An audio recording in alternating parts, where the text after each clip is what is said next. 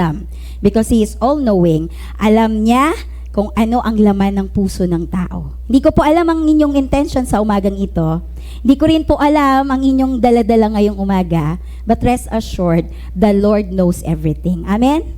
Pwede nating ilapag sa kanyang paanan ng anumang kabigatan.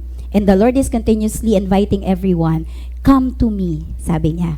All you labor and are heavy laden, and I will give you rest. Kapag si Jesus ay dumalaw sa inyong bahay, halimbawa, surprise visit, what will you do? Pahabol na tanong, ano yung isang bagay na yon na dapat mong gawin para mabigyan siya ng kapurihan, para ma-please siya? Ano kaya yon? Magluluto ka kaya ng maraming pansit o mga lechon? What would you do if Jesus will visit your house right now? Sa ating pong pag-aralan ngayon, malalaman natin na importante yung pananalangin at pakikinig ng kanyang salita. Amen po. Na sa ating pakikinig na ang buhay Kristiyano, hindi lang tungkol sa gawa dito, gawa doon, trabaho dito, trabaho doon, ministry dito, ministry doon, para daw kay Lord, pero wala namang koneksyon sa Panginoon. Alam niyo po, ang buhay Kristiyano, unang-una, ito ay ang pakikipag-ugnayan kay Jesus. That's why He is our personal Lord and Savior. Tayo ay magkakaroon ng panahon para makinig sa kanyang salita, dumepende sa kanya, at patuloy na mag-aral ng kanyang salita. Kaya sa umagang ito, ang aking panalangin, i-remind tayo ng Lord kung kailangan tayong i-remind. Amen po, kasi makalimutin tayo eh. I-rebuke tayo kung kailangan i-rebuke. I-rekindle yung ating nanlalamig na pag-ibig sa Panginoon. At ang nais ng Panginoon, siya ang sentro. Siya yung presensya niya, ang pinakahinahanap dapat ng mga taong mga tagasunod niya. Hence, we need to seek and give priority in God's presence. Please open your Bibles with me sa Luke chapter 10. Nabanggit ko po kanina, verses 38 hanggang chapter 11, verses 1 to 13. At tayo pa'y sama-samang tumayo bilang pagbibigay ng pinakamataas na paggalang sa pagbasa ng kanyang banal na salita. Babasahin ko na lang po ng malakas sa aking dalang salin. Sundan nyo na lang po ako gamit ang inyong mga mata sa mga hawak po ninyong Bibles. Ito po, Lucas, kabanatang 10, mga talatang 38 hanggang kabanatang 11, 1 hanggang 13. Ito po ang sinasabi ng salita ng Diyos. Nagpatuloy si Jesus at ang kanyang mga alagad sa kanilang paglalakbay at pumasok sa isang nayon. Malugod siyang tinanggap ng isang babaeng nagngangalang Martha sa tahanan nito. Ang babaeng ito ay may isang kapatid na Maria ang pangalan. Naupo ito sa paanan ng Panginoon at nakinig sa kanyang itinuturo. Alalang-alala si Martha sapagkat kulang ang kanyang katawan sa paghahanda. Kaya't lumapit siya kay Jesus at ang wika, Panginoon, sabihin nga po ninyo sa kapatid kong tulungan naman ako. Ngunit sinagot siya ng Panginoon, Martha, Martha, naliligalig ka at abalang-abala sa maraming bagay. Ngunit isa lamang ang talagang kailangan. Pinili ni Maria ang lalong mabuti at hinto'y hindi aalisin sa kanya. Chapter 11 po. Minsan, nananalangin si Jesus. Pagkatapos niya, sinabi ng isa sa kanyang mga alagad, Panginoon, turuan po ninyo kaming manalangin, katulad ng ginawa ni Juan sa kanyang mga alagad. Sinabi ni Jesus, kung kayo'y mananalangin, ganito ang sabihin ninyo, Ama, sambahin nawa ang pangalan mo, magsimula na sana ang iyong paghahari. Bigyan mo kami ng aming makakain sa araw-araw at patawarin mo kami sa aming mga kasalanan sapagkat pinatatawad namin ang bawat nagkasala sa amin. At huwag mo kaming iharap sa mahigpit na pagsubok. Sinabi pa rin niya sa kanila, Ipalagay natin. Nang isa sa inyo ay nagpunta sa isang kaibigan, isang hating gabi, at nagsabi, "Kaibigan, bigyan mo muna ako ng 3 tinapay. Dumating kasi ang isa kong kaibigang naglalakbay at wala akong maihain sa kanya." At ganito naman ang sagot ng kanyang kaibigan sa loob ng bahay, "Huwag mo nga akong gambalain, nakatrangka na ang pinto at nakahiga na kami ng aking mga anak. Hindi na ako makababangon pa upang bigyan kita ng iyong kailangan." Sinasabi ko sa inyo, hindi man siya bumangon dahil sa kanilang pagkakaibigan, babangon siya upang ibigay ang hinihingi ng kaibigan dahil sa pagpupumilit nito. Kaya sinasabi ko sa inyo, humingi kayo at kayo'y bibigyan. Humanap kayo at kayo'y makasusumpong. Kumatok kayo at ang pinto'y bubuksan para sa inyo. Sapagkat tumatanggap ang bawat humihingi, nakasusumpong ang bawat humahanap, at binubuksan ang pinto sa bawat kumakatok. Kayong mga ama, bibigyan ba ninyo ng ahas ang inyong anak kung humihingi ng isda? Bibigyan ba ninyo siya ng alakdan kung siya humihingi ng itlog? Kung kayong masasama ay marunong magbigay ng mabubuting bagay sa inyong mga anak, gaano pa kaya ang inyong amang nasa langit? Ibibigay niya ang Espiritu Santo sa mga humihingi sa Kanya. Pinagpala pong pagbabasa ng Kanyang salita. Sandali po tayo umupo at tayo ay yumuko at manalangin. Aming Diyos na banal, makapangyarihan sa lahat, Diyos na may lalang ng langit at lupa, Diyos na may hawak ng aming buhay, Diyos na mabuti, Diyos na tapat, Diyos na puno ng awa at biyaya, Diyos na patuloy na kumakalinga sa amin. Napakabuting Diyos. Kami po ay sama-samang dumudulog sa iyo nang mayroong ka po akong babaan ngayong umaga. Ikaw lang po ang nakakaalam ng lahat ng intensyon at puso ng bawat isa. May you find our hearts, Lord, truly humble and sincere na nais matuto mula po sa iyong salita. Continue to change our hearts, our minds, Lord, at kagaya ng aming palaging panalangin, palambutin mo po ang aming puso upang ngayong mga salita na aming maririnig ay lalago at tutubo, mamumunga sa amin at makikita sa aming pang-araw-araw na buhay. O Diyos, sa iyo po kami humihingi ng karunungan dahil hiwalay po sa iyo, wala po kaming kayang gawin. At tulungan mo kami, Panginoon, na mailapat sa pang-araw-araw na pamumuhay ang mga katotohanan mula po sa iyong salita. Naalala namin ang aming mga kapatid, naaring na online sila or nasa daan papunta rito, ang iyong proteksyon, ang maranasan po nila. At ang aming dalangin, Panginoon, patuloy mo po kaming hubugin maging kagaya ng aming Panginoong Hesukristo. At dalangin namin na ang pinakamataas na papuri ay sa iyo lang maibigay dahil walang ibang karapat-dapat na sambahin, kundi ikaw nag-iisang Diyos namin. Patuloy mo po kaming turuan sa umagang ito. Ito pong aming dalangin sa pangalan ni Jesus. Amen. Isa sa malaking struggle o hirap tayong maraming Kristiyano, kasama na tayo doon, yung hindi dahil wala tayong magawa, kundi ang dami-daming dapat gawin.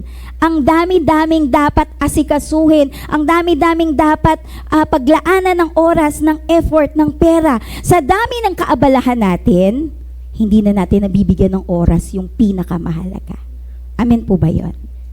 Masyado tayong busy sa ministry, busy sa bahay, busy sa work, busy sa school, busy sa personal affairs. Pero si Lord na importante, baliwala. Busy ka sa lahat ng bagay. Busy ka sa church anniversary. In fact po, busy talaga tayo ngayon hanggang sa darating dahil anniversary ng COC. I'm 30 years. Amen po.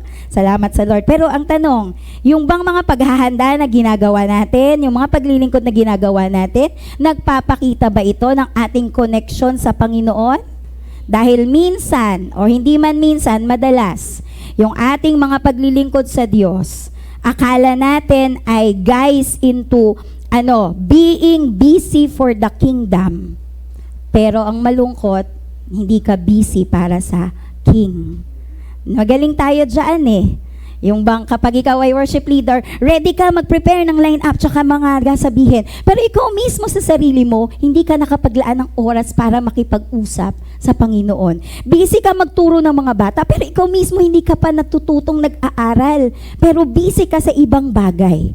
Ito po yung eksaktong makikita natin doon sa binasa natin kanina. So ngayon po, may tatlong mahalaga tayong pag-uusapan at ang pinaka-priority ng ating puso, and as we go home mamaya, it is my personal prayer and ngayon po, yun din nawa ng prayer ninyo, uuwi tayong na-bless. Amen po? Spiritual blessing. Kasi material blessings, ano naman yan it will follow as we follow the Lord first. And it is my prayer, yung mga sisidlan nyo po, hindi butas, para iuuwi nating buo. Yung inyong mga Bible, keep it open. Yung inyong mga notebook at inyong mga pen ay panatilihin po para ma-take down natin yung mga bagay na gusto pong ituro ni Lord sa atin. Punta tayo sa unang priority.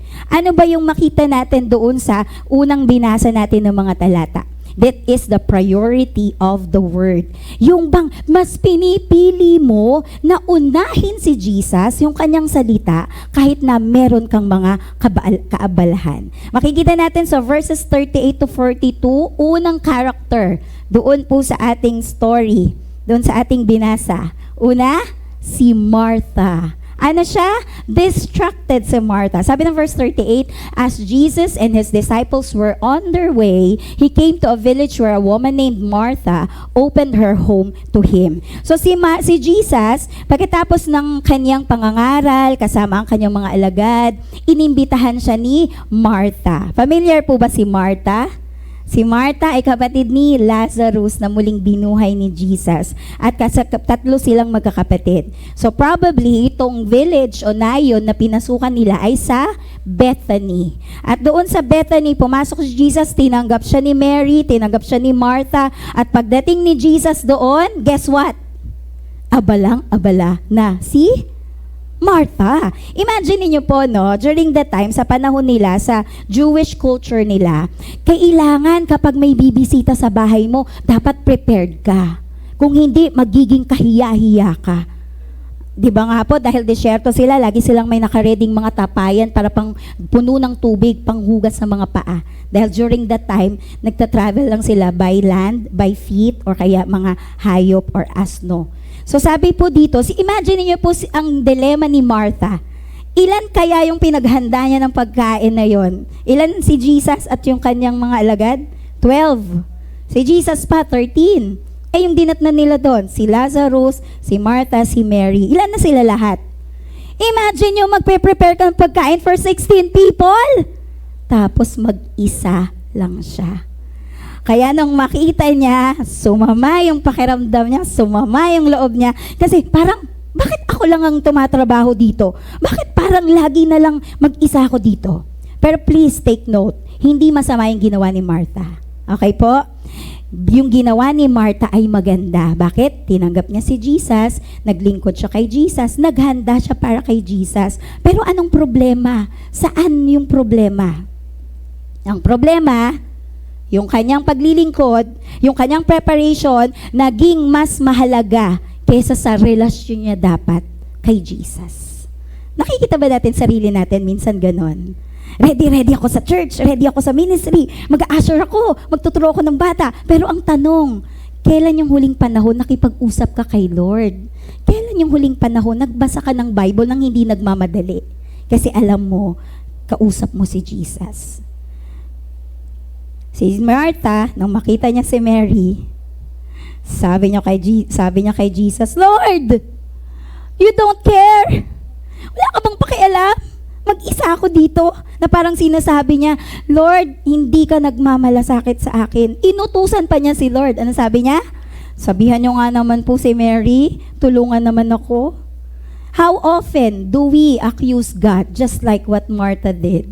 Na kapag exhausted ka na, sobrang stress ka, sobrang feeling mo mag-isa ka lang nahihirapan, si Lord ang pinagbubunto na ng sisi. Pero kapag masaya yung panahon mo, okay yung panahon mo, wala ka namang time para kay Lord. Pansinin natin yung verse 40.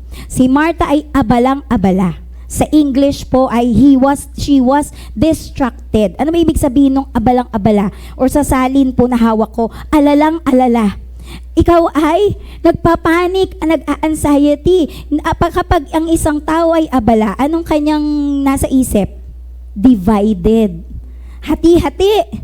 Nagmo-multitask ka nga no? Naglalaba ka, nagpaplantsa ka, nagugas ka plato, nagluluto ka. Wala kang focus. Ganon si Martha that time.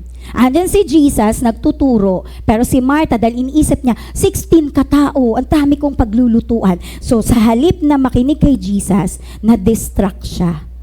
Hindi naman masama yung kanyang pinagkaabalahan. Tama po ba? Pinagluluto niya si Jesus Pero alam niyo po, ito ang panganib. Minsan, yung spiritual life natin, ang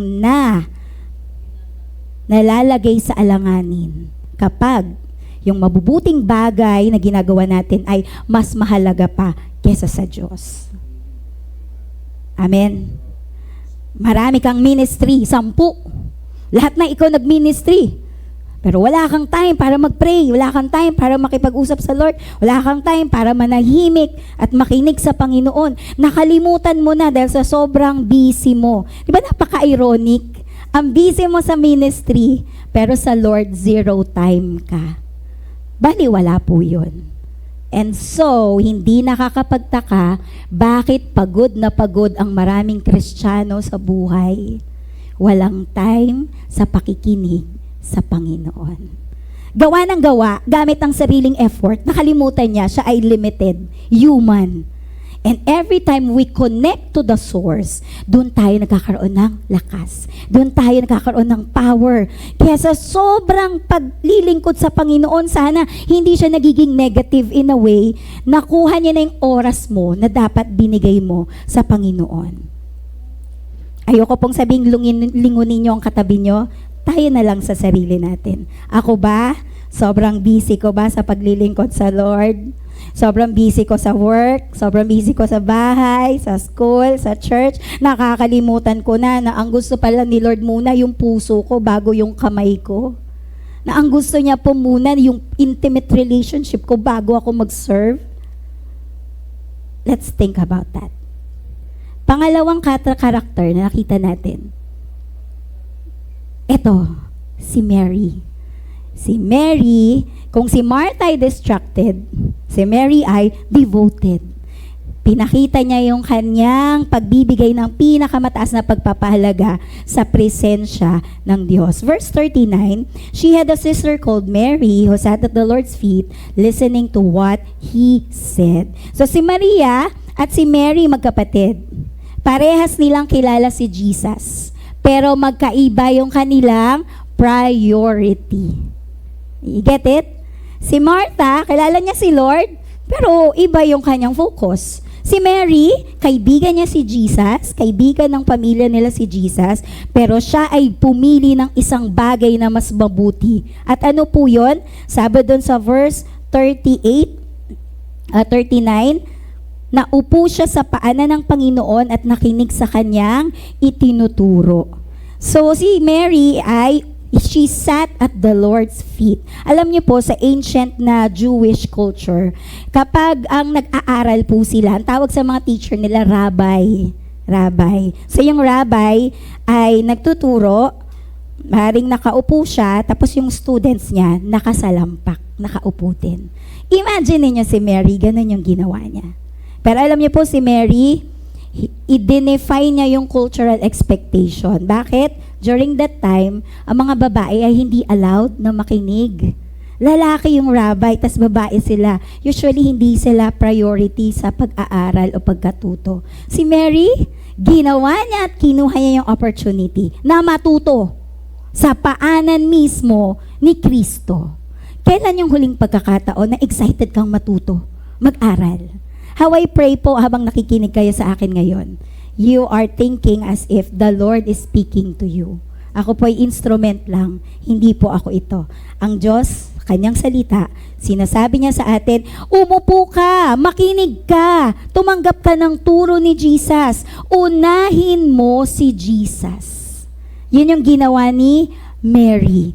Pinrioritize niya si Jesus. Doon natin makikita yung priority of the word. Ilang mga verses po na nagpapatingkad ng ating pag-aaral ngayon. Ano sabi sa Matthew 4:4?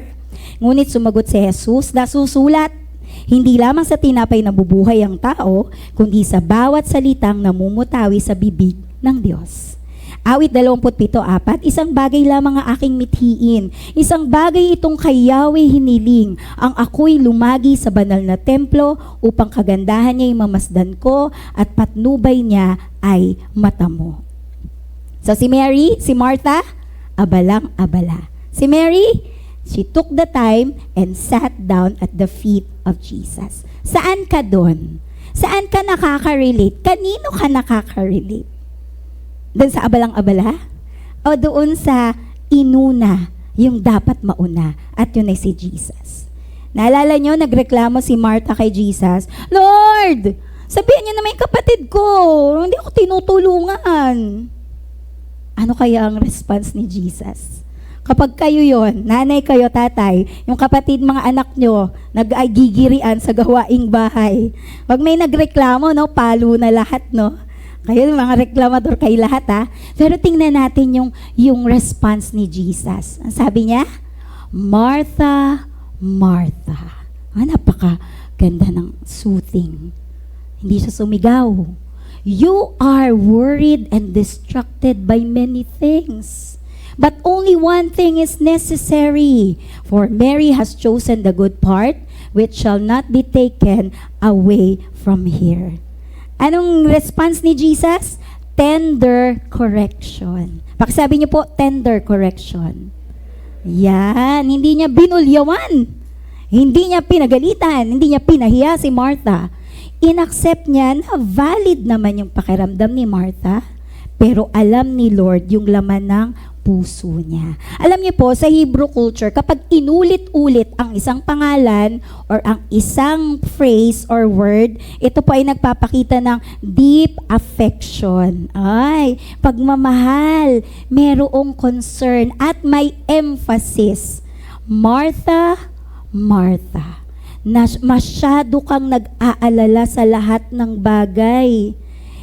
Pero si Maria ay pinili niya ang mabuting bagay. Tayo po ba, pag may under us or sa pamilya, may nagkakamali, para kagaya ba natin si Jesus?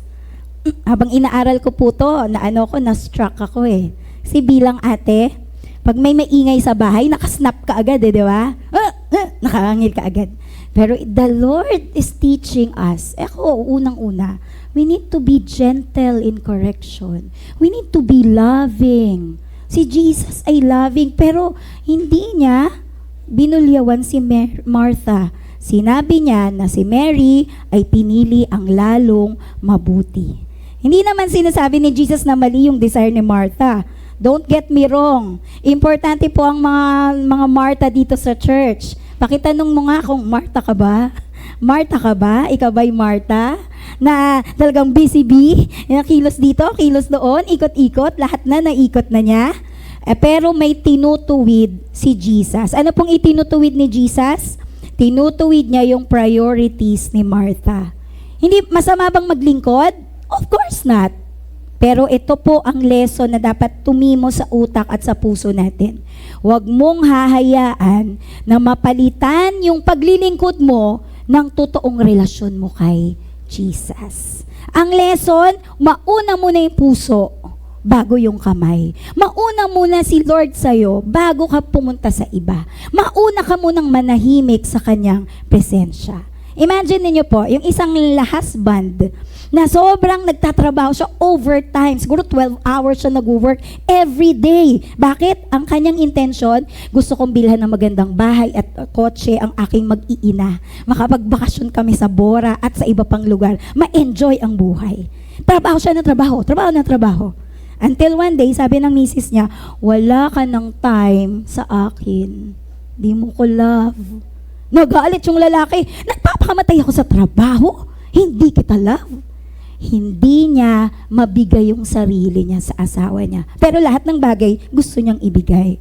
Madalas ganito tayo, mga kapatid. Church. Kala natin yung pag-attend ng church, okay na. Bigay ako ng tithes ko kay Lord, okay na yan. Mag-ministry ako, ministry, lahat na ministry, sa sign up ko, okay na yan. Ang tanong, kailan yung huling pagkakataon umupo ka at nakinig ka sa Kanya? Baliwala po lahat ng ginagawa natin kung wala tayong time sa Panginoon. Amen. ito po yung ilang action points na pwede natin gawin. Na bago tayo magtrabaho, bago tayo mag-ministry para kay Kristo, take the time to sit down. Give time to the Lord. Suriin mo yung priorities mo. Saan ba napupunta yung karamihan ng oras ko, ng atensyon ko? Meron ba akong time na manahimik sa Panginoon? Naglilingkod ba ako kay Jesus? Pero unti namang malayo naman yung puso ko sa Kanya? Maglaan ng panahon para umupo sa paanan ni Jesus. Intentional dapat. Hindi pwedeng saka na lang may time kay Lord pag may time. You can never have time unless you give time. Kapag gusto, maraming paraan. Pag ayaw, maraming dahilan. Yan ang ating mga sinasabi. Pero sa totoo lang, masakit isipin na maraming Kristiyano, maraming dahilan para hindi makinig kay Jesus. Maglaan ng panahon. Maglaan ng lugar sa bahay mo na every 5 o'clock in the morning, bubuksan mo yung Bible mo at makikipag-usap ka sa Panginoon. Shut down muna sa social media. Shut down muna sa ingay. Gumawa ng oras. Maglingkod kay Jesus na naglilingkod dahil minahal ka niya. Response mo na lang yung paglilingkod. Hindi tayo naglilingkod para i-recognize. Amen po? Hindi tayo naglilingkod para magpabida. Naglilingkod tayo kasi minahal tayo ni Lord. Naglilingkod tayo dahil natanggap natin yung grasya niya. Ito lang yung paraan ng pagbabalik sa Kanya. I encourage yung bawat isa po sa atin, lalo na yung ilang grupo ng mga kapatid na talagang every Sunday after Sunday naglilingkod. Sino ang pinaka-busy dito? Service department, where are you? Kung wala po sa inyo, wala kaming kakaining lunch. We are so thankful to the Lord for your life.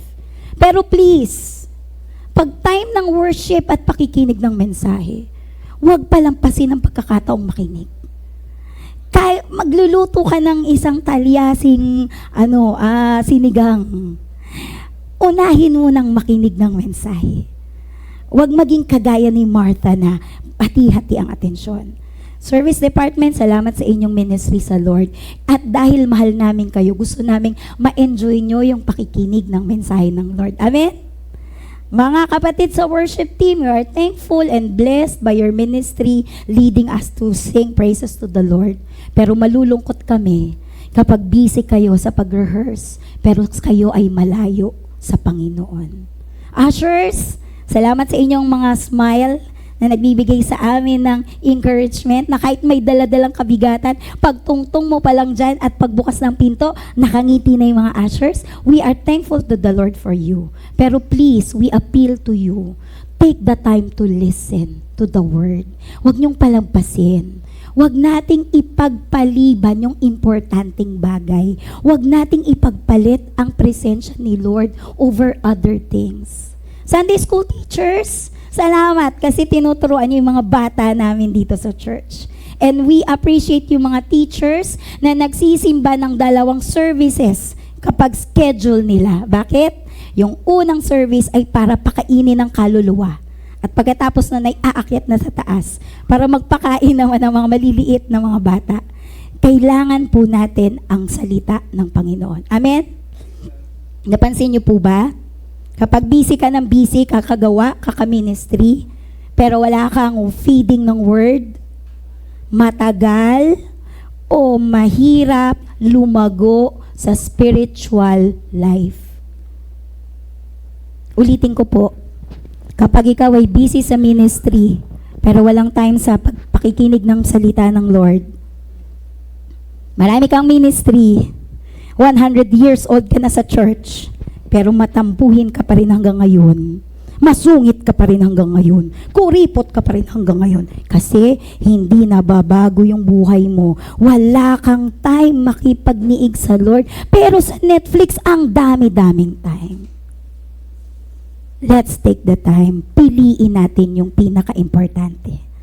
At kung si Mary kanina ay umupo sa pahanan ni Jesus, ngayon naman sa pangalawang point natin, makikita natin yung mga disciples mismo ni Jesus, lumapit sa Kanya at nagsabi, Panginoon, turuan mo kaming manalangin. Sino dito ang hindi marunong manalangin?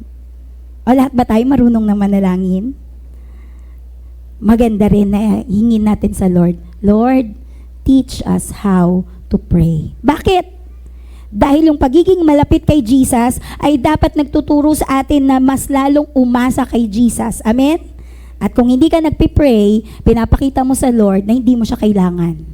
At alam natin na tayo ay napapagod pag wala tayong lakas galing sa Panginoon. Napakahalaga po nito. Na parang sinasabi ni Lucas sa atin, bago ka gumawa para sa Diyos, kailangan munang matuto kang manahimik sa presensya ng Diyos. For us to be effective servants, kailangan maging listening servants, learning from the feet at the feet of Jesus. So ano po yung ating makikita rito? Isang araw, sabi nung chapter 11, si Jesus ay nananalangin sa isang lugar. When he finished, one of his disciples said to him, Lord, teach us to pray, just as John taught his disciples.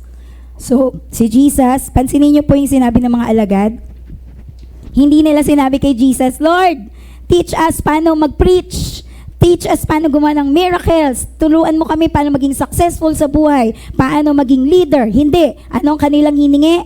Lord, turuan mo kaming manalangin. Kasi nakita nila kung paano manalangin si Jesus. Kakaiba yung lifestyle ni Jesus. At alam niyo po mga kapatid, ang prayer ay hindi lang isang activity na dinagdag mo sa buhay mo. Okay po? Ang prayer, ang ating lifestyle.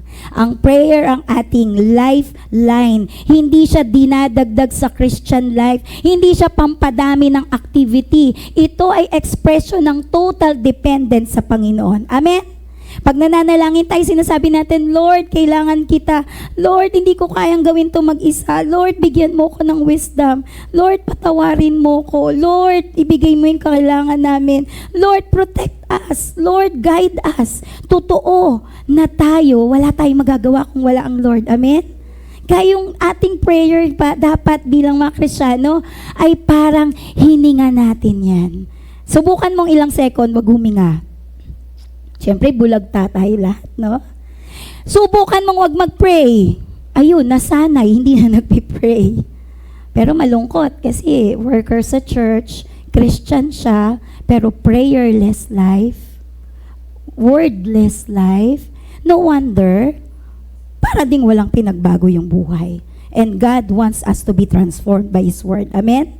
So si Jesus nagbigay ng template, nagbigay siya ng framework, nagbigay siya ng pattern. Ito yung paraan, paano kayo mananalangin? Ito yung sample ng prayer, the model. So when we pray, tinuro niya sa mga alagad niya, at alam natin to, no? Father, our Heavenly Father, sabi, Father, when we address God the Father, it speaks of intimacy and relationship. Kaya po dito sa ating church, gusto nating tiyakin palagi, siguraduhin mong may personal relationship ka with Jesus. Kasi kung hindi, hypocrite ka na tumatawag ng Ama pero hindi ka niya anak. Palagi tayong babalik dun sa ginawa ni Jesus sa krus. At kung pinananampalatayanan ng ginawa ni Jesus sa krus, ikaw ay magkakaroon ng personal na relasyon. At dahil ikaw ay anak niya, we can call Him Father, intimate, may relationship. Sambahin nawa ang iyong pangalan. Worship, hallowed be your name. Nagpapakita ito na ang punot dulo ng lahat ay ang Diyos at pinapakita natin na ang Diyos ay kinikilala nating banal at makapangyarihan sa lahat. Na ang Diyos ay karapat-dapat, na walang kapantay niya. Kaya when we say, hallowed be your name, we worship Him. At pag sinabi natin, your kingdom come, o yung dumating nawa ang yung kaharian, mangyari nawa ang yung kalooban, tayo ay nagpapasailalim, ina-align natin yung ating agenda sa kalooban ng Panginoon. Hindi tayo nagpipray lang sa Lord para i-impose yung gusto natin. Lord, gusto ko to, penginon. Hindi. When we say, your kingdom come, your will be done, Lord, we depend on you and we acknowledge that you are sovereign. So, hindi ito tungkol sa gusto nating gawin, kundi ito ay tungkol sa pagsuko ng ating gusto sa plano ng Diyos. And when we pray, give us each day our daily bread, we trust God for provision. Amen? Kailangan natin si Lord sa provision araw-araw. Bigyan mo po kami ng aming kakailanganing pagkain. Pinapakita nito, dependent ka sa Panginoon, 100%. Araw-araw kailangan natin ng Diyos. Amen? Hindi lang kapag may emergency, hindi lang kapag may baha, hindi lang kapag may sakit, hindi lang kapag may problema sa pera. Mananalangin tayo at aasa sa Panginoon araw-araw. So when we pray, give us each day, we give our dependence. And then, forgive us our sins as we forgive those who sin against us. Kasama na dito yung prayer ng confession. Lord, nagkasala po ako sa iyo. May nagawa akong pangit sa kapitbahay ko. Nagalit po ako. Nagmura po ako. O ano man ang ginawa mo. Kasama dun yung repentance, confession, and forgiveness. Sino po dito may mga kaaway pa at hindi pa pinapatawad? Baka kunin na tayo ni Lord, di pa tayo nagpapatawad. Please, when we ask the Lord for forgiveness, we should also know how to forgive. Dahil siya nga hindi nagdadamot ng forgiveness. Inaamin natin na tayo ay nagkasala, na tayo ay mahina, hindi tayo dapat magpanggap sa harap ng Diyos. Lead us not into temptation. Na sinasabi natin, huwag mo kaming iharap sa matinding pagsubok, sa mahirap na tukso. Nagpapakita ito na tayo ay humihingi ng proteksyon, humingi tayo ng gabay at ng pag-iingat ng Panginoon. Kasi kinikilala natin na tayo ay mahina. Kinikilala natin na tayo ay pokmaru. Konting angil lang, mas mataas yung angil mo. Di ba? Mahina tayo dun eh. O kaya mahina ka sa pera. Mahina ka sa laman. Mahina ka sa katam. Lord, help us, lead us not into temptation. Sabi ng Hebrews 4:16, kaya't huwag na tayong mag-atubiling lumapit sa trono ng mahabaging Diyos at doon ikakamta natin ang habag at kalinga sa panahong kailangan natin ito. Philippians 4:6, huwag kayong mabalisa tungkol sa anumang bagay. Sa halip ay hingin ninyo sa Diyos ang lahat ng inyong kailangan sa pamamagitan ng panalangin may pasasalamat. Ano po ang nagiging epekto pag tayo ay lumalapit, nakikinig, nagbabasa ng salita ng Lord, at tayo ay nananalangin at umaasa sa Panginoon? Binabago niya ang ating puso. Binabago niya yung ating attitude. Binabago niya yung ating posture. Anong sinasabi? Dati, nung ikaw ay wala pa sa Panginoon at hindi ka tagasunod ni Kristo, ang bukang bibig mo, kaya ko to. Pero nung ikaw ay nakakilala na sa Panginoon at binabago niya yung puso mo, natuto ka nang magsabi na, Lord, kailangan kita. Dati, wala kang pakialam. Sabi mo, gagawin kung gusto kong gawin. Ngayon, Lord, tulungan mo po akong gawin yung tama. Dati, pag ikaw nung wala ka pa sa Panginoon, I'm self-sufficient. I can do whatever I want. Ngayon, laging, Lord, sa'yo lang ako aasa. You are my provider. Dati, sabihin mo, deserve ko to. Deserve ko to. Ngayon, habang paulit-ulit kang nagbabasa ng Bible, inire-remind sa'yo ni Lord, you are nothing before God. Kaya yung prayer mo na ngayon, Lord, patawarin mo ako at baguhin mo po ako. Ilang mga points na pwede natin gawin na makakatulong sa atin sa susunod na mga araw na darating.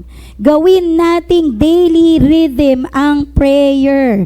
Gawin natin ito pagkagising. Sino po dito ang nagpipray pagkagising? Amen. Kasi sabi, every gising is a blessing. Hindi lahat ng kasabay nating natulog kagabi ay kasabay nating gumising kanina.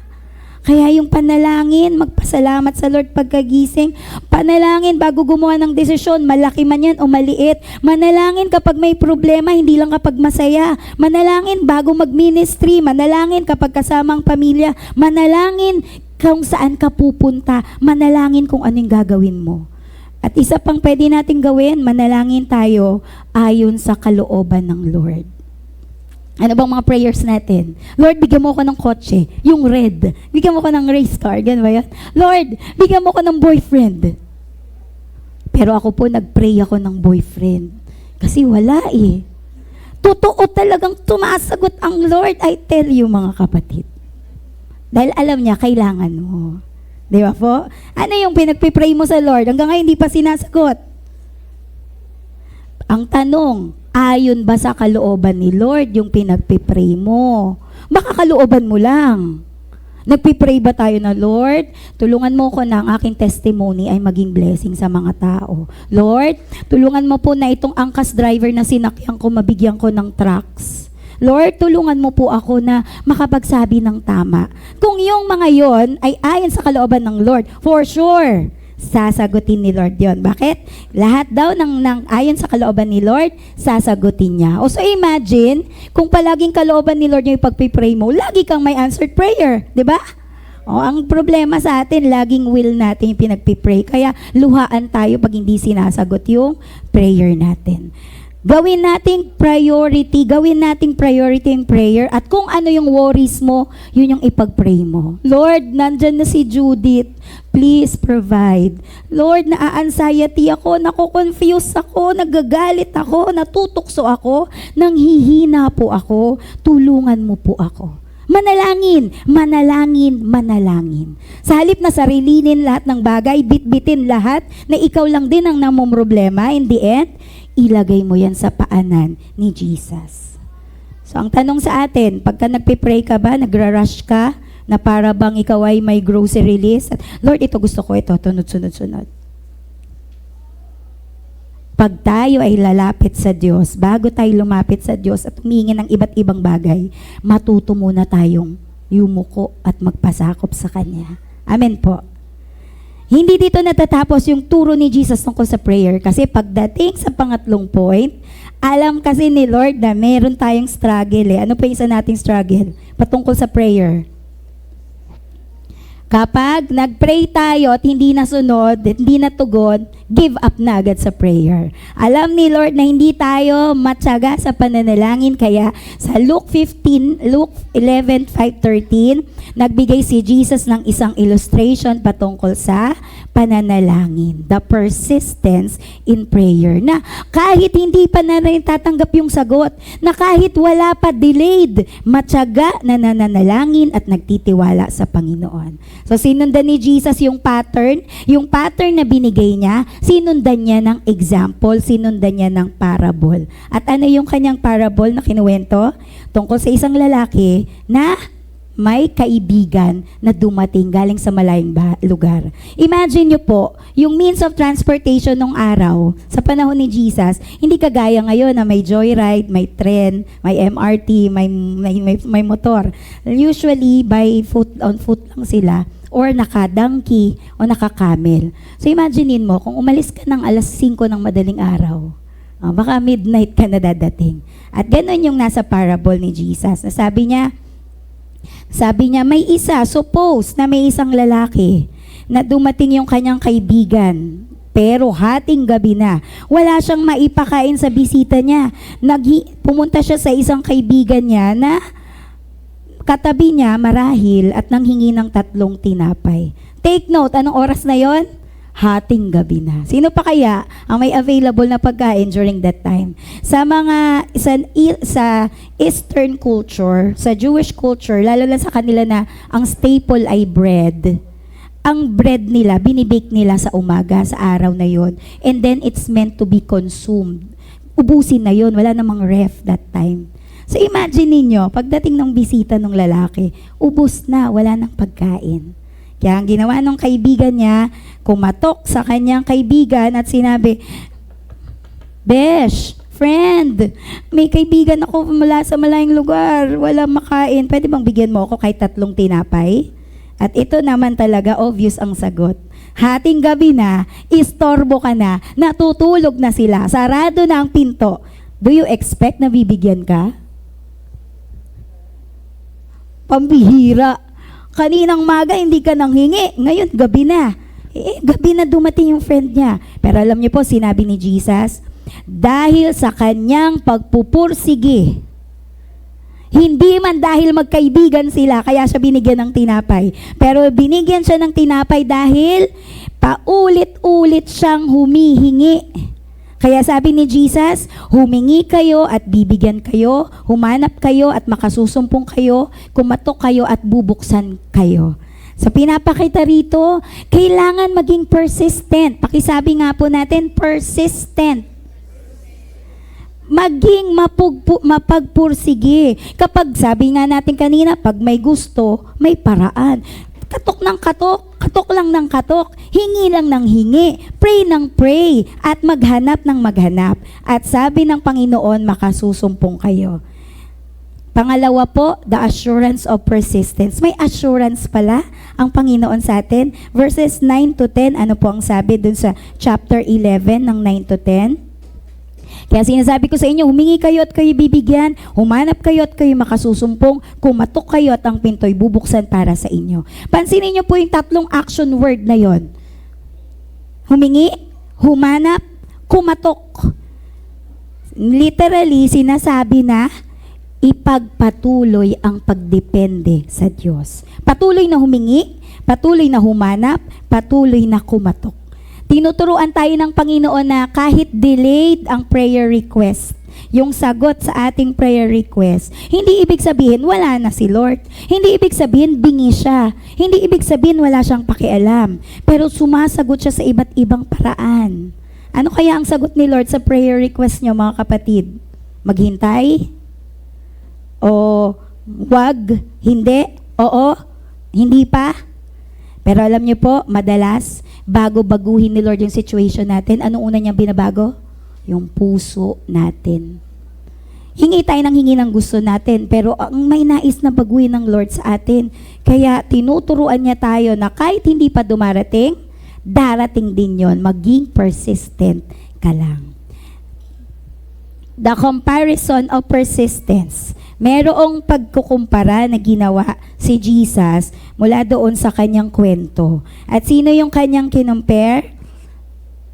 Kinumpare niya yung mga tatay, earthly fathers. Sabi niya doon sa verses 11 to 13.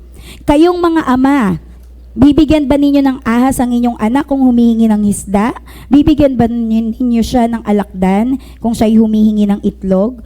Kung kayong masasama ay marunong magbigay ng mabubuting bagay sa inyong mga anak, gaano pa kaya ang inyong amang nasa langit? Ibibigay niya ang Espiritu Santo sa mga humihingi sa Kanya.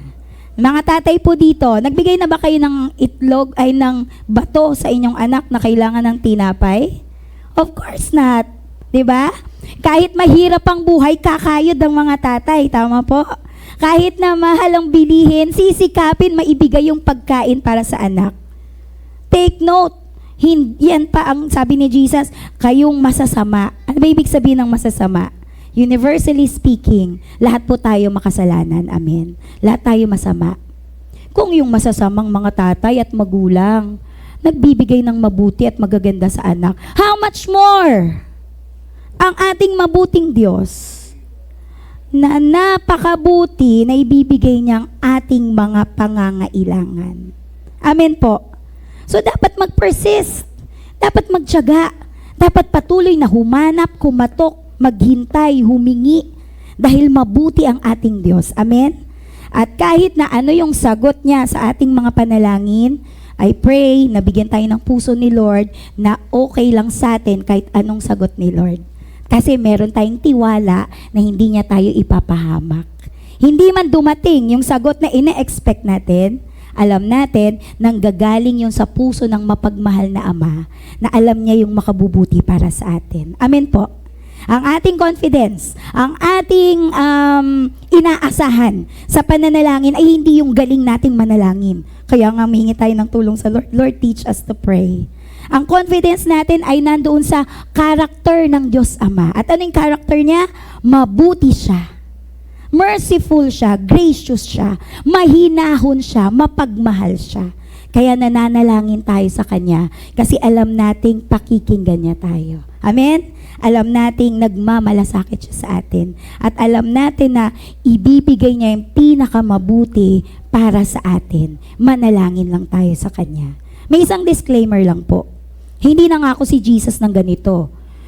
Humingi kayo at ibibigay ko lahat ng gusto nyo. Wala pong ganong promise si Jesus. Amen? Kasi hindi lahat ng hinihingi natin makakabuti sa atin, tama?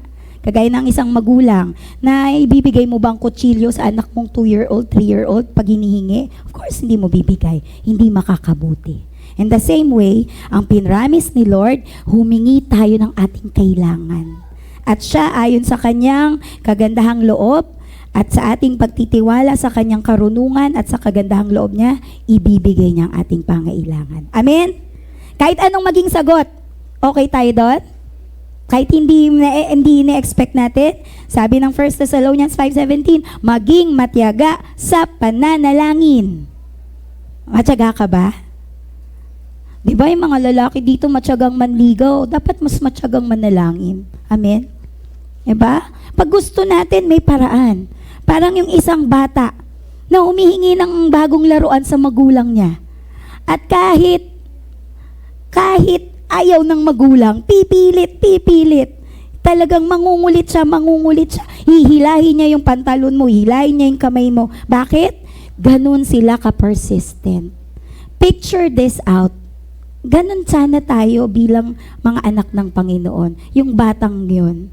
Na magpipilit, sisikapin, mangungulit, magtsatsaga. Ano po yung pwede nating matutunan at pwede nating i-apply? Una, huwag tumigil manalangin. Amen?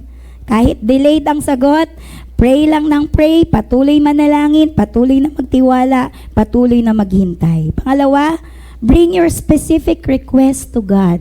Lord, tulungan niyo po ako. Meron akong desisyon na gagawin.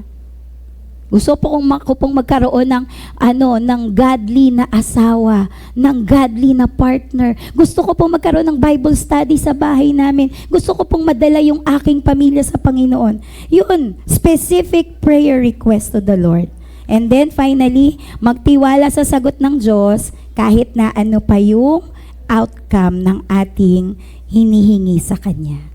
May ganito ba tayong prayer? Lord, nagtitiwala ako sa iyo, hindi lang kapag binigay mo ang hinihingi ko, kundi kahit ibigay mo yung alam mong kailangan ko, patuloy ako magtitiwala sa iyo.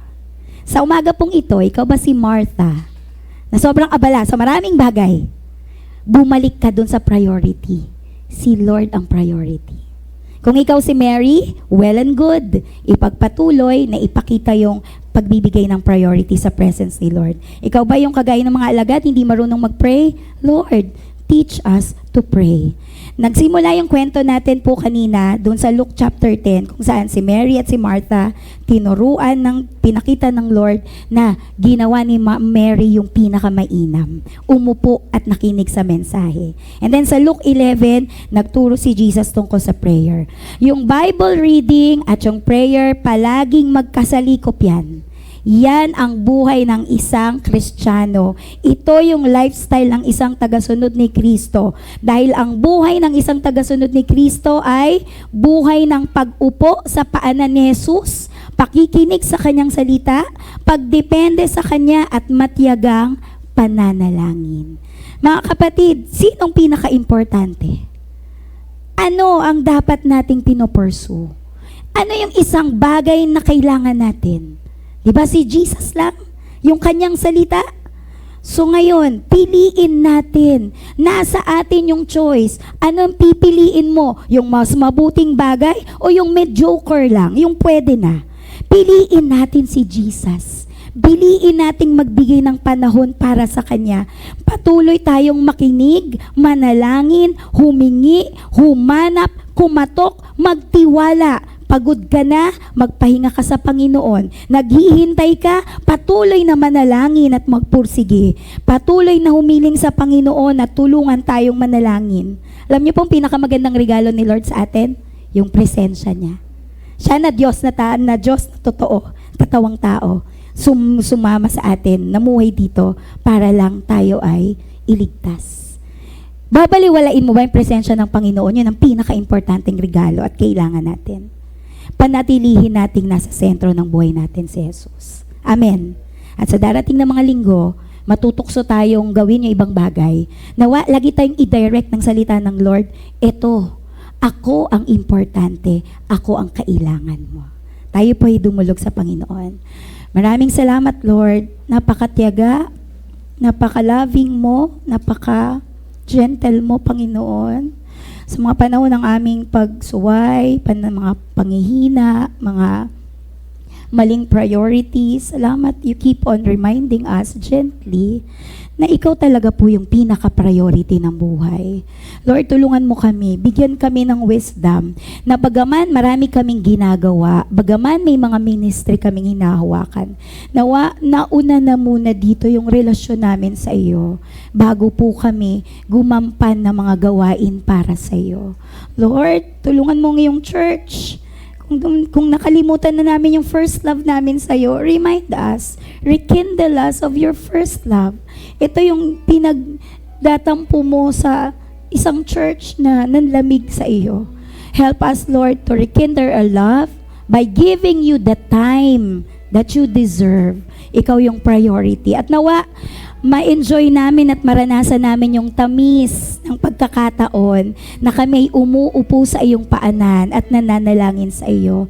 Nawa, i-enjoy namin yung pakikinig ng iyong mensahe at tulungan mo kaming lumago sa aming pagkakilala at relasyon sa iyo. Pagpalain mo po ang iyong mga anak, pagpalain mong COCM, pagpalain mong lahat ng humahanap sa iyo, pagpalain mong lahat ng naghihintay at umaasa sa iyo. Ito po ang aming dalangin sa pangalan ni Jesus. Amen. Amen.